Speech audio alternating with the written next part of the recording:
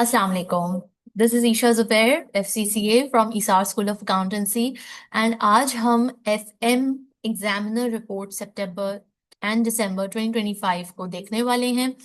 And let's start.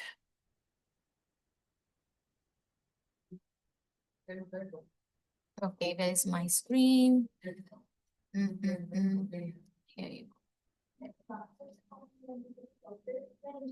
तो अगर आप अपनी एफएम की तैयारी कर रहे हैं और जून अटेम्प्ट और दिसंबर अटेम्प्ट के लिए अपेयर होने जा रहे हैं 2026, तो डोंट फॉरगेट कि examiner reports are very important और very crucial form of resource, जहां से आप लर्निंग ले सकते हैं, सीख सकते हैं और आपको पता चल सकता है कि आपने कहाँ कहाँ पिछले स्टूडेंट्स ने गलतियां की होंगी जो कि आपने नहीं करनी. ठीक हो गई बात. अच्छा जी, financial management September December 2025 examiners report. I hope आपको स्क्रीन नजर आ रही होगी एंड हम वन बाय वन इसको रिव्यू करेंगे और चेक करेंगे. अच्छा, मेरी रिकमेंडेशन ये है कि जो स्टूडेंट्स इसको देख रहे हैं और जो स्टूडेंट्स इससे फायदा उठाना चाहते हैं, मुस्तफीज होना चाहते हैं, तो मेक श्योर कि आप एसीसीए प्रैक्टिस प्लेटफॉर्म पे जाएं और सितंबर दिसंबर 2025 का जो सैंपल एग्जाम वहां पे मौजूद है उसको पहले अटेम्प्ट करें. ठीक है. अब जैसे उसका पहले सेक्शन ए अटेम्प्ट कर लें और फिर भले आके इस वीडियो को आप देख लीजिए कि सेक्शन ए के ऊपर क्या क्या बात हुई है. उसके बाद फिर सेक्शन बी जाके अटेम्प्ट करें और फिर आके वीडियो को देख लें और फिर इसी तरह सेक्शन सी अटेम्प्ट करके फिर आके वीडियो को आप चेक कर लीजिए. ठीक है जी. तो let's move on to section A questions. Section A objective test questions. We focus on four specific questions that cause difficulty in September December 2025. यानी एग्जामिनर ने यहाँ पे कोई 4 क्वेश्चंस उठाए हैं जिसको फोकस करके उसने डिस्कस किए हैं उसके आंसर्स, और उसने मिस्टेक्स भी डिस्कस की हैं जो स्टूडेंट्स कर रहे होते हैं पेपर में, या कहाँ कहाँ वो गलती हो जाती है उनसे. So let's begin. Our first question, our first example one is Apollo company needs a $10 million 9-month loan in 3 months. FRA का क्वेश्चन है, साफ नजर आ रहा है. Apollo company needs a $10 million 9-month loan in 3 months time and buys a 3 to 12 FRA 4.6% to 4.1%. In 3 months' time, Apollo company borrows the $10 million at a rate of 4.5%. What will be the payment or receipt under the FRA for Apollo company? Payment पता लगानी है या receipt, वो कैसे पता चलेगी आपको जब तक आप सॉल्व नहीं करेंगे. तो उसके लिए इसको सॉल्व करना पड़ेगा. एंड आपको पता है ये 3 to 12 मंथ्स वाला FRA है, 9 मंथ्स के लिए लिया गया है. 10 मिलियन इसकी टोटल अमाउंट है और FRA को लॉक किया गया है 4.5% पे. हाउ एवर इसकी जो पेमेंट की गई होगी या की जा रही होगी वो 4.6% के हिसाब से की जा रही होगी. तो let's come to the solution and check how it has been done. So rate that is agreed on the loan is 4.5%, which is lower than the FRA rate. यानी कि जो फॉरवर्ड रेट का जो रेट लॉक हुआ है वो 4.6% पे lock हुआ है और लोन पे जो रेट लॉक हुआ है वो 4.5% पे लॉक हुआ है. तो दोनों में डिफरेंस कितना है? 0.1% का. हाउएवर ये जो 0.1% का डिफरेंस है ये कंप्लीट 9 मंथ्स के लिए है. ठीक है. तो ये जो 9 मंथ्स के लिए है तो 1 मंथ पे कितना डिफरेंस आ रहा होगा? तो 0.1% multiply by 9/12 multiply by 10,000 which will give you the amount 7,500. तो क्या इससे बात पता चली कि चूंकि लोन तो 4.5% पे था मगर FRA 4.6% पे लॉक हुआ था तो 0.1% एक्स्ट्रा देना पड़ेगा. तो ये एक्स्ट्रा देना पड़ेगा, ये एक्स्ट्रा रिसीव होगा. ऑफ कोर्स ये एक लोन है तो लोन के ऊपर आप इंटरेस्ट देते हो, आप इंटरेस्ट लेते नहीं हो. ठीक है. तो जब आप इंटरेस्ट देते हो तो how can it be a receipt? तो FRA rate is above the loan rate so an amount is payable. ठीक है. FRA रेट जब भी लोन रेट से हायर होगा तो वो पेएबल होगा, आपको पे करना पड़ेगा. देखो इसका कॉन्सेप्ट को समझना जरूरी है. इसके कॉन्सेप्ट को आई होप लेक्चर्स के जरिए आप समझे होगे। अगर नहीं समझे कोई मसला नहीं, हम यहाँ दोबारा से इसको एक्सप्लेन कर रहे हैं कि एफआरए बेसिकली एक हेजिंग टेक्निक है, ये एक हेजिंग टूल है। इस हेजिंग टूल से हम हेज किसको कर रहे हैं, रिस्क को हेज कर रहे हैं। और रिस्क क्या है कि आज से 3 महीने बाद मैंने लोन लेना है, और आज से जो 3 महीने बाद मुझे लोन चाहिए वो मुझे 9 महीनों के लिए चाहिए।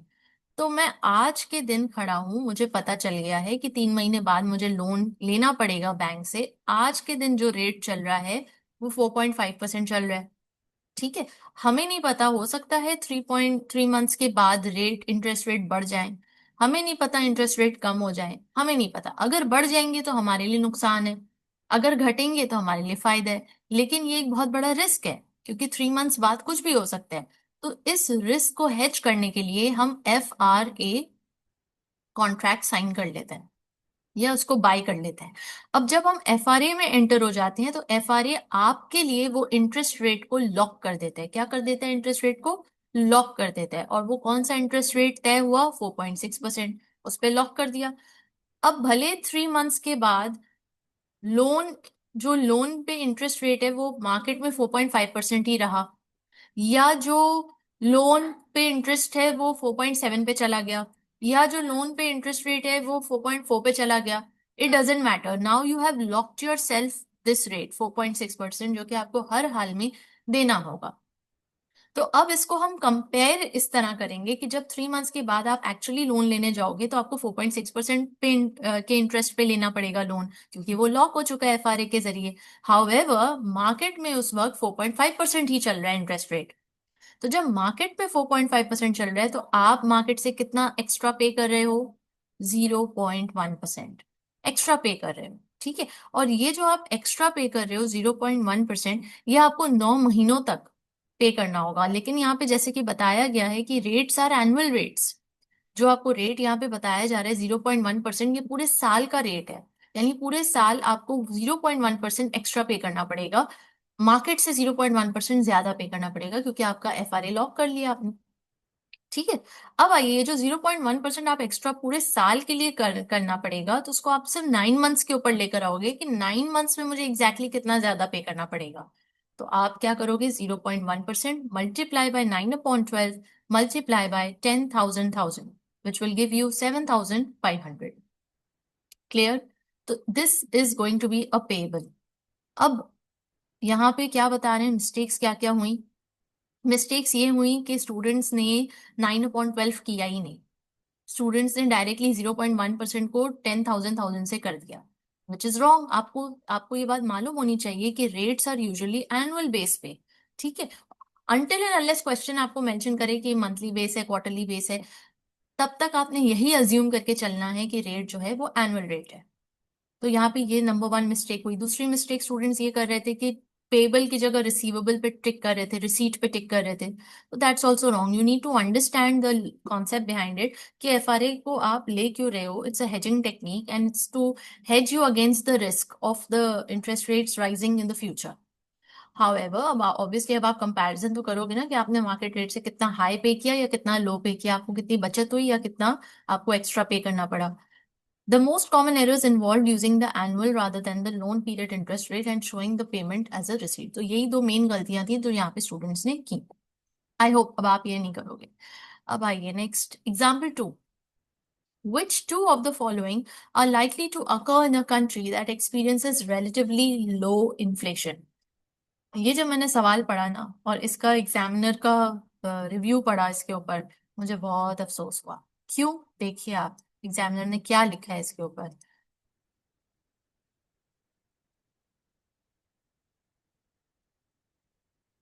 ये जो सवाल था इसने टेस्ट करना था knowledge of students in respect of how inflation can impact the economy, कि इन्फ्लेशन इकोनॉमी को इम्पैक्ट कैसे करती है। ये सवाल बेसिकली ये नॉलेज टेस्ट कर रहा था स्टूडेंट की। और एग्जामिनर ने लिखा candidates showed limited understanding of the impact of inflation on the economy. यानी कैंडिडेट्स को ये आइडिया ही नहीं हो रहा कि इन्फ्लेशन का इकोनॉमी में क्या असर हो सकता है। And this is very sad, because being an FM student आपको ये बहुत बेसिक नॉलेज है। ये जनरल नॉलेज है बल्कि। तो ये होना बहुत जरूरी है। आइए हम इसको अब एक्सप्लेन करती हूँ मैं इसको, और इसको हम कॉन्सेप्चुअली समझते हैं। देखो एग्जाम में ऐसा सवाल आएगा, ऑफ कोर्स ऐसे सवाल होंगे कि जो आपको लगेगा कि मुझे आ ही नहीं रहा, या ब्लैंक हो जाओगे, या उस पॉइंट ऑफ टाइम पे आपको नहीं समझ आ रहा होगा। अपना कॉमन सेंस यूज करिए। That's the only key to success. Common sense use कीजिए। सबसे पहले काम yourself down, tell yourself I can do it and I can solve it and I know and I have studied and I am prepared for it. Relax कीजिए अपने आप को, breathe in कीजिए, take 3 deep breaths and reread the question, and this time with the conviction that you can do it. तो ऐसे सवाल होंगे कि जो आपको नहीं समझ आ रहे होंगे एग्जाम में, दैट्स ऑब्वियस। मतलब आप 100% जितनी भी तैयारी करके चले जाओ, कुछ तो होगा जो आपको वहां पे तंग करेगा, आपको चैलेंज करेगा, आपको हो सकता है ना समझ आ रहा हो। हाउएवर जब आप अपने आप को काम रख के कॉमन सेंस यूज करोगे ना, तो आई गारंटी यू कि आपको 99% आप करेक्ट आंसर के क्लोज हो। 99%। अब आइए देखिए, अभी इसको बिना एक्सप्लेन किए, बिना इसके कॉन्सेप्ट को समझे, हम सिर्फ और सिर्फ इसको ऐसे ट्रीट करेंगे इस क्वेश्चन को जैसे हमें नहीं आता। तो हम मतलब क्या ही सिलेक्ट करेंगे, कुछ तो सिलेक्ट करना है ना, ऑप्शन तुक्का तो लगाना है ना मुसलमानों, तो तुक्का कैसे लगाएंगे, आइए देखते हैं। Which two of the following are likely to occur in a country that experiences relatively low inflation? अच्छा पहले सवाल को हम समझेंगे।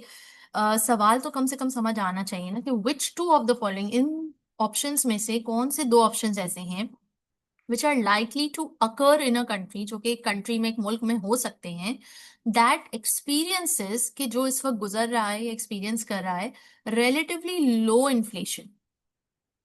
इन्फ्लेशन मतलब महंगाई, ठीक हो गया। अच्छा महंगाई तो है, महंगाई हर जगह हो रही है, लेकिन रिलेटिवली लो है। महंगाई है मगर रिलेटिवली लो है, यानी दूसरे कंट्री से अगर हम कंपेयर करें तो बनिस्बत जरा कम है। अब सिर्फ ऑप्शंस हम पढ़ते हैं और देखते हैं कि हमें क्या बात समझ आ रही है इसमें। Decrease of profitable investment opportunities. अच्छा मुझे ये बताओ, decrease of profitable investment opportunities का मतलब क्या होता है? कि इन्वेस्टमेंट अपॉर्चुनिटीज जो हैं वो कम हो जाएंगी, यानी कि इन्वेस्टर आपकी कंट्री में इन्वेस्ट करना नहीं चाहेगा। क्या ऐसा होगा? मतलब आप बस सोचें कि इन्फ्लेशन में, यानी जब महंगाई है आपके मुल्क में, भले थोड़ी सी कम है, तो वहां क्या इन्वेस्टर आना पसंद नहीं करेंगे? Is it possible? Number 2, the domestic currency will devalue. जब महंगाई होती है तो आपकी डोमेस्टिक करेंसी डीवैल्यू करेगी नहीं करेगी? इतना तो हमें पता ही है कि भाई जब आप इन्फ्लेशन, महंगाई जिस मुल्क में होती है, उस मुल्क की करेंसी डिवैल्यू तो होती ही होती है। तो यानी एक ऑप्शन तो हमें लग रहा है कि हाँ बी तो होगा ही होगा।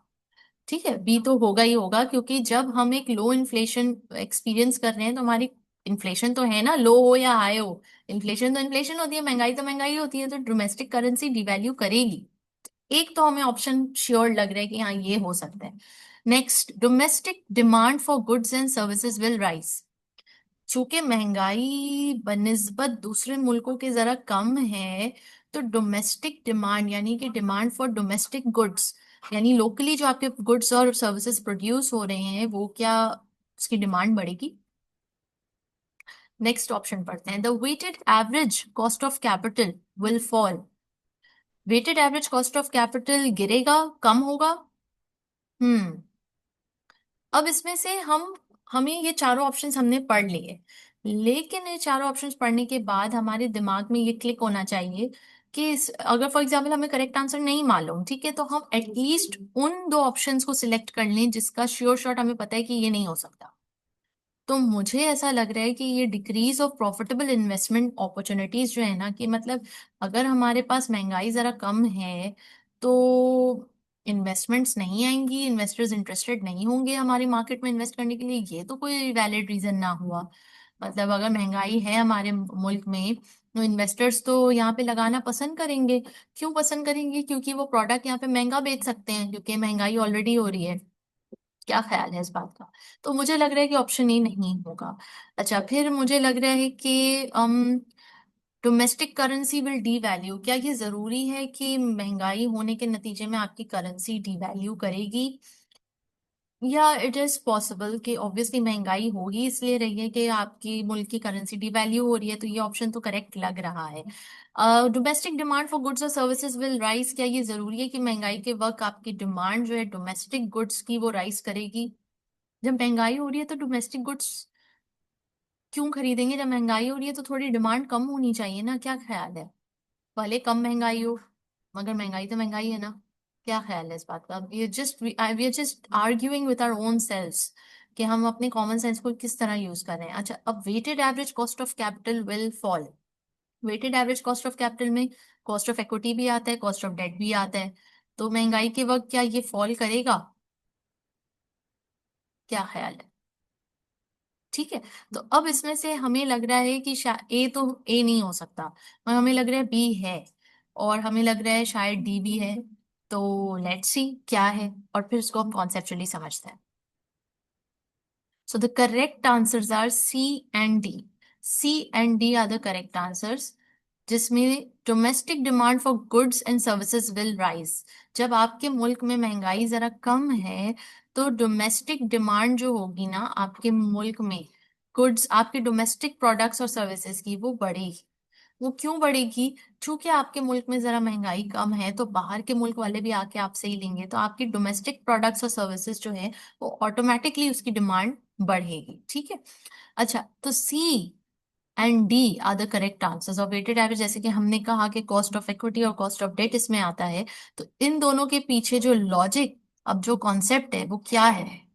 वो ये है, the reduction of inflation will increase the demand for goods and services as a result of reducing prices. And the weighted average cost of capital will drop due to a decrease in both the cost of equity and debt. अब relatively कम inflation है, दूसरे मुल्कों से कम महंगाई हो रही है, तो आपका बैक भी जो है दूसरे मुल्कों से बनिस्बत कम आएगा। कम क्या आएगा? क्योंकि कॉस्ट ऑफ इक्विटी आपकी कम होगी, कॉस्ट ऑफ डेट कम होगा, तो ये भी कम आएगा। It see this is a comparison with other countries, क्योंकि रिलेटिवली इसमें कहा है। ठीक है, जब भी वर्ड रिलेटिवली आ जाएगा इट मीन्स कि you need to compare it with something और समवन। तो वो समथिंग या समवन चूंकि कंट्री का सिनेरियो है, तो ऑफ कोर्स दूसरी कंट्री से इसको कंपेयर किया गया। आपके डिमांड बढ़ेगी आपके गुड्स और सर्विसेज की, ऑब्वियसली जब आपके मुल्क, अब for example India Pakistan, India में गुड्स, इंडिया में ज्यादा महंगाई हो रही है, पाकिस्तान में जरा बनिस्बत कम महंगाई हो रही है, तो पाकिस्तान से अगर गुड्स इंडिया जाते भी हैं तो फिर भी उनको सस्ता लगेगा। तो जब उनको सस्ता लगेगा तो वो यही प्रेफर करेंगे कि वो अपने डोमेस्टिक प्रोडक्ट्स को ना खरीद के पाकिस्तानी प्रोडक्ट्स को खरीदें। अब जब वो पाकिस्तानी प्रोडक्ट्स को खरीदेंगे तो ऑटोमेटिकली हमारी demand for domestic goods and services बढ़ जाएगी। यस और नो? अब आइए, lower back and reduced interest rates combined with decreased uncertainty will increase the profitable investment opportunities. Of course जब बैक आपका लो है, बैक आपका लो है, और जब बैक आपका लो है और आपके इन डिक्रीज्ड अनसर्टेनिटी है, क्योंकि महंगाई जरा कम है बनिस्बत, तो ऑफ कोर्स इन्वेस्टर्स अट्रैक्ट होंगे यहाँ पे। ये वजह नहीं हो सकती कि आपके पास कम इन्फ्लेशन है तो इन्वेस्टर नहीं आएगा। तो इन्वेस्टर्स अट्रैक्ट होंगे बिकॉज ऑफ लोअर बैक। तो अब आप देख रहे हैं कि दो ऑप्शंस आपस में कॉन्ट्रोडिक्टरी हैं, कि अगर आपने बैक वाला ऑप्शन सिलेक्ट कर लिया और एट द सेम टाइम आपने इन्वेस्टर वाला ऑप्शन सिलेक्ट कर लिया, तो ये एग्जामिनर को इम्प्रेशन क्या देगा कि आपको पता ही नहीं है, आपने वाकई तुक्का लगाया है। ठीक है, क्योंकि ये दोनों कॉन्ट्रोडिक्ट है, क्या आप बैक वाला चूज करोगे या इन्वेस्टर वाला चूज करोगे? तो बैक वाला चूज करना सही है। क्यों सही है? बिकॉज इन रिड्यूस्ड बैक है, लोअर बैक है।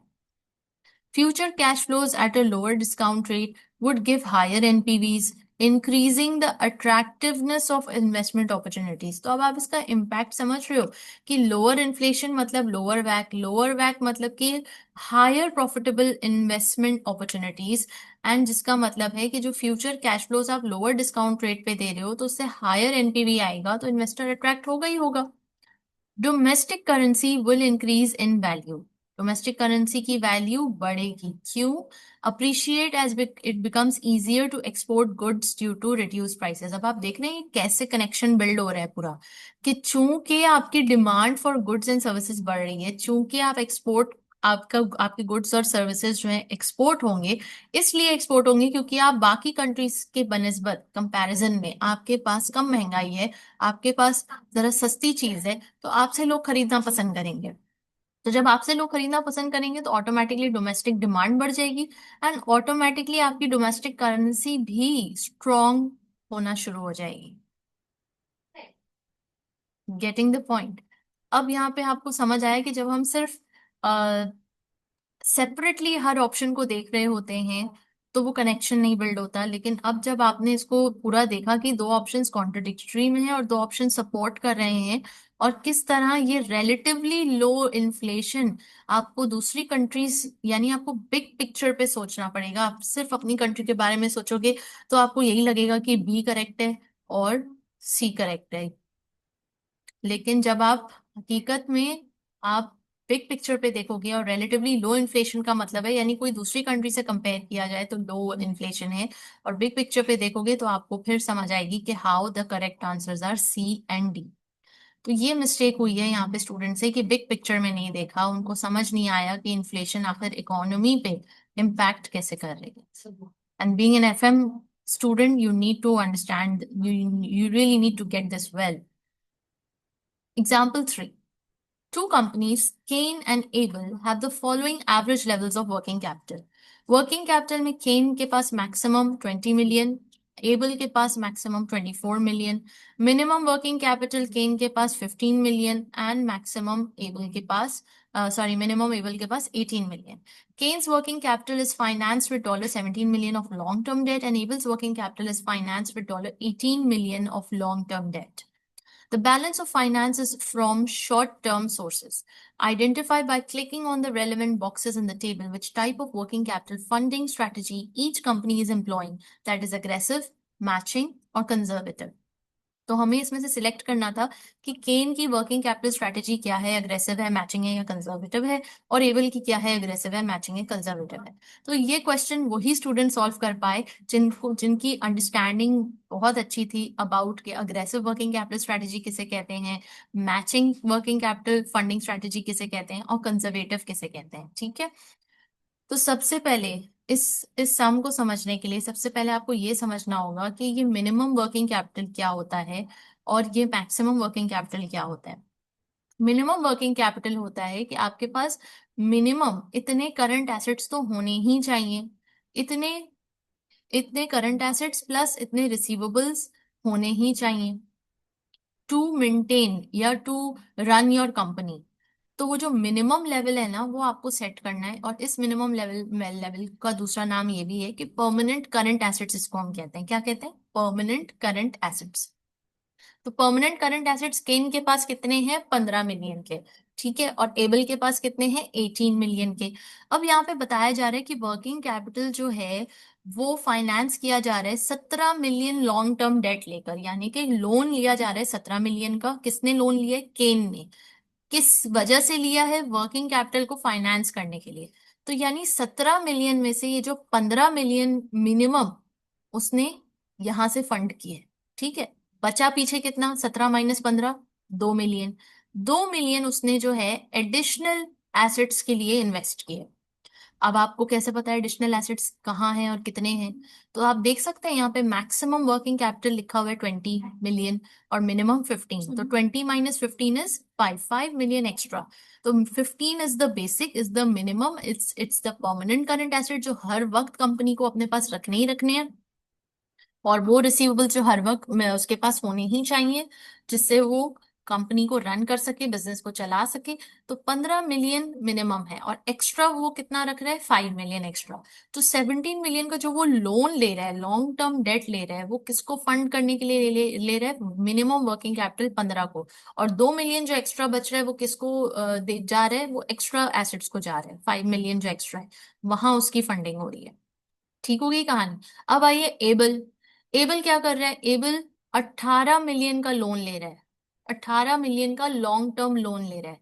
और ये 18 मिलियन से फंड किसको कर रहा है, अपने मिनिमम एसेट्स को, जो कि पूरे के पूरे 18 मिलियन है। यानी इस 18 मिलियन लॉन्ग टर्म डेट से उसके सिर्फ परमानेंट करंट एसेट्स ही फंड हो रहे हैं, एक्स्ट्रा करंट एसेट्स फंड नहीं हो रहे। Getting the point. तो ये जो डिफरेंस है ना, यानी 24 - 18, 6 मिलियन जो एक्स्ट्रा, 18, 19, 20, 21, 22, 23, 6 मिलियन जो एक्स्ट्रा एसेट्स हैं वो उसको फंड करने के लिए क्या यूज करना पड़ रहा है, short term sources. Getting the point.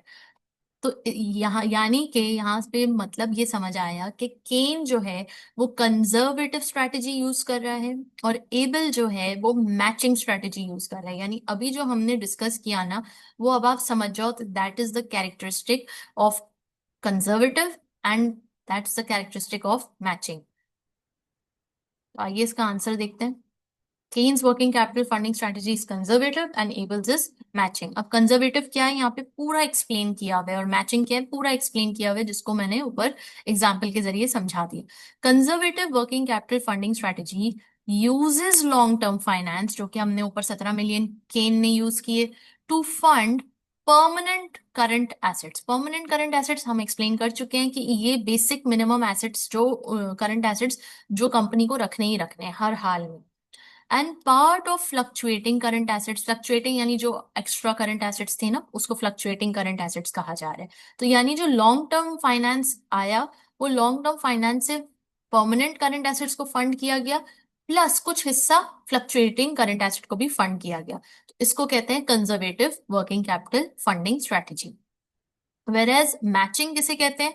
A matching working capital funding strategy uses long-term finance to fund permanent current assets, यानी इससे सिर्फ long term finance से permanent current assets यूज हुआ, and short term finance to fund fluctuating current assets। short term finance से क्या हो रहा है? fluctuating current assets को फंड किया जा रहा है। ऊपर देखा आपने एग्जाम्पल में, एबल 18 मिलियन का लोन लिया, 18 मिलियन पूरे के पूरे परमानेंट करंट एसेट्स में लग गए।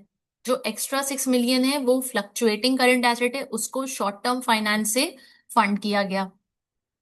अब आइए तीसरी strategy, which is aggressive working capital funding strategy, uses short term finance to fund fluctuating current assets as well as part of permanent current assets. यानी जब आप कंपनी अपने शॉर्ट टर्म फाइनेंस को यूज करते हुए फ्लक्चुएटिंग करंट एसेट्स को fund कर रही है, प्लस कुछ हिस्सा परमानेंट करंट एसेट्स का भी उसी शॉर्ट टर्म फाइनेंस से कर रही है, तो उसको हम क्या कहेंगे? Aggressive working capital funding strategy. I hope this three are clear. And अगर ये सवाल अब आता है मार्च अटेम्प्ट में, जून अटेम्प्ट में, तो आप इसको अच्छे से कर लोगे, इसमें कोई मिस्टेक नहीं करोगे, right?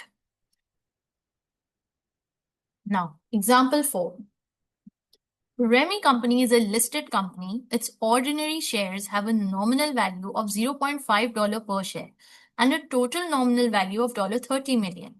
The following data applies to Remy Company. Latest total ordinary dividend कितना है? $3 million का। Earnings yield कितनी है? 12%। और dividend yield कितनी है? 4%। भैया ये वही सवाल कर सकते हैं जिसको ये रेशियो याद होगा। जिसको ये रेशियोज याद नहीं होंगे वो ये सवाल कभी सही नहीं कर पाएगा। तुक्के में लग गया आंसर तो किस्मत अच्छी है बेटा, ठीक है? तो आपको it's very very important to remember all the formulas of all the ratios, because these are very scoring questions. अगर आपको ये इसका सिर्फ फॉर्मूला याद हो तो ये क्वेश्चन बहुत आसान और स्ट्रेट फॉरवर्ड है। आपने इसमें करना क्या है? Earnings per share find out करना है। Earnings per share find out करने का फॉर्मूला क्या है? अर्निंग्स यील्ड का फॉर्मूला याद होना चाहिए। अर्निंग्स यील्ड का फॉर्मूला क्या है? डिविडेंड यील्ड का फॉर्मूला क्या है? इसका फॉर्मूला अभी हम देखेंगे। जब आपके पास अर्निंग्स यील्ड का फॉर्मूला होगा और डिविडेंड यील्ड का फॉर्मूला होगा, तो आप देखेंगे कि भाई मिसिंग फिगर आप कहाँ से फाइंड आउट कर सकते हैं। जैसे यहाँ पे जो एक बहुत अहम मिसिंग डेटा है वो है मार्केट शेयर प्राइस मिसिंग है। मार्केट शेयर प्राइस मिसिंग है, तो वो हमें याद है कि डिविडेंड यील्ड के फॉर्मूला में हम शेयर प्राइस निकाल सकते हैं। क्यों? डिविडेंड यील्ड का क्या फॉर्मूला था? Dividend per share, dividend yield is equals to dividend per share divided by share price। तो हमारे पास डिविडेंड यील्ड मेंशन्ड है क्वेश्चन में, फैक्ट गिवन है, डिविडेंड पर शेयर भी गिवन है, तो शेयर प्राइस आप निकाल सकते हो यहाँ से, यस और नो? डिविडेंड यील्ड गिवन है 4% divided by dividend per share. Dividend per share कितना है? Latest total ordinary dividend $3 million का टोटल डिविडेंड दिया गया था, तो उसको आप डिवाइड करोगे 0.5 पर शेयर से, तो जिससे आपको नंबर ऑफ शेयर्स निकल के आ जाएंगे। हाउएवर हमें नंबर ऑफ शेयर्स तो चाहिए नहीं, हमें तो चाहिए कि डिविडेंड पर शेयर कितना है, ठीक है? पर शेयर डिविडेंड कितना है। हाँ, तो नंबर ऑफ डिविडेंड जब निकल के आ जाएंगे तो नंबर ऑफ डिविडेंड्स को आप 3 मिलियन से डिवाइड करेंगे तो आपके पास पर शेयर निकल के आ जाएगा। 60 मिलियन शेयर्स हैं, 60 मिलियन शेयर्स कैसे निकाले? 30 million divided by 0.5, 60 million shares. तो 3 मिलियन को 60 मिलियन से डिवाइड कर दिया गया, तो 0.05 डॉलर पर शेयर डिविडेंड पर शेयर निकल के आ गया।